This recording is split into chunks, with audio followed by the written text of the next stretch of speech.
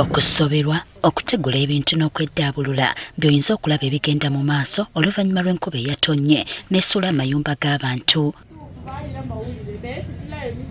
Olw'okuba yabadde n'ekibuyaga omuyitirivu yasudde n'emiti gino ne gigwira amayumba agawerako ne galeka abatuuze ku kyalo Solosi mu Western Division ne Bukica mu disitulikiti y'e Busia nga beeyaguza lujjo.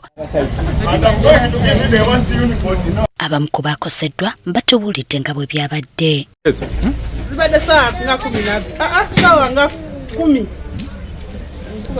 nkuba nga nyingi umuyaga nga mwitirivu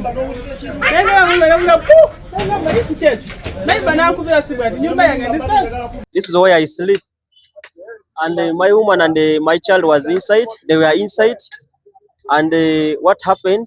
At least they survived.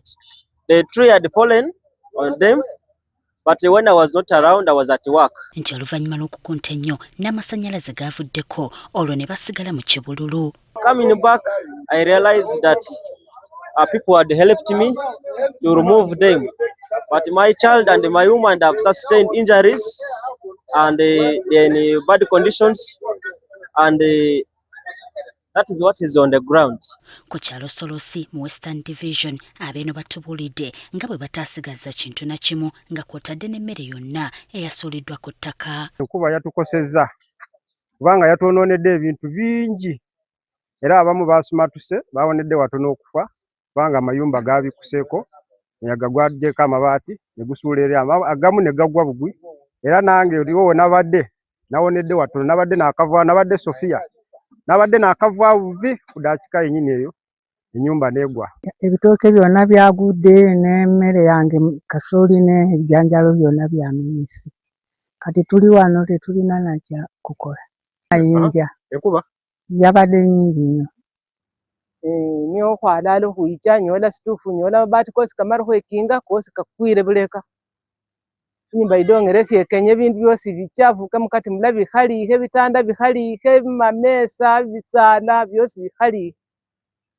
Kati bano balaajanidde ofiisi ya Ssaabaminisita okuvaayo ebadduukirire. Era kubanga abantu esente entono ze babadde nazo babadde bamaze okugula ensigo nga basimbye.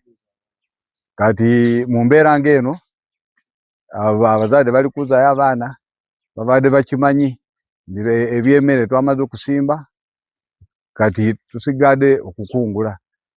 Kati kino kiraga lwatu nti enjala egenda kubeera nyingi kubanga nga bw'olaba kitundu kino tulinga abali mu tawuni naye abantu era beewaayo olw'embeera ne bagamba nkwateko enkumbi nsobole okubeera ne kyenteeka wansi oba oli awo nfunemu ekyokulya naye byonna byasaanyeewo. Naye okusinziira n'olaba n'ennyumba ze baatuzimbira ennyumba twetaaga ennyumba eziri standard ennyumba ngumu naye si ngumu nnyo so twetaaga management ya poliisi n'abatufaako ne poliisi welfare etulabire mu ngeri egwanidde. Enkuba ekyagenda mu maaso n'okufudemba mu bitundu by'eggwanga eby'enjawulo kale ng'okuziyiza ebiyinza okuddako kye kirina okutunuulibwa.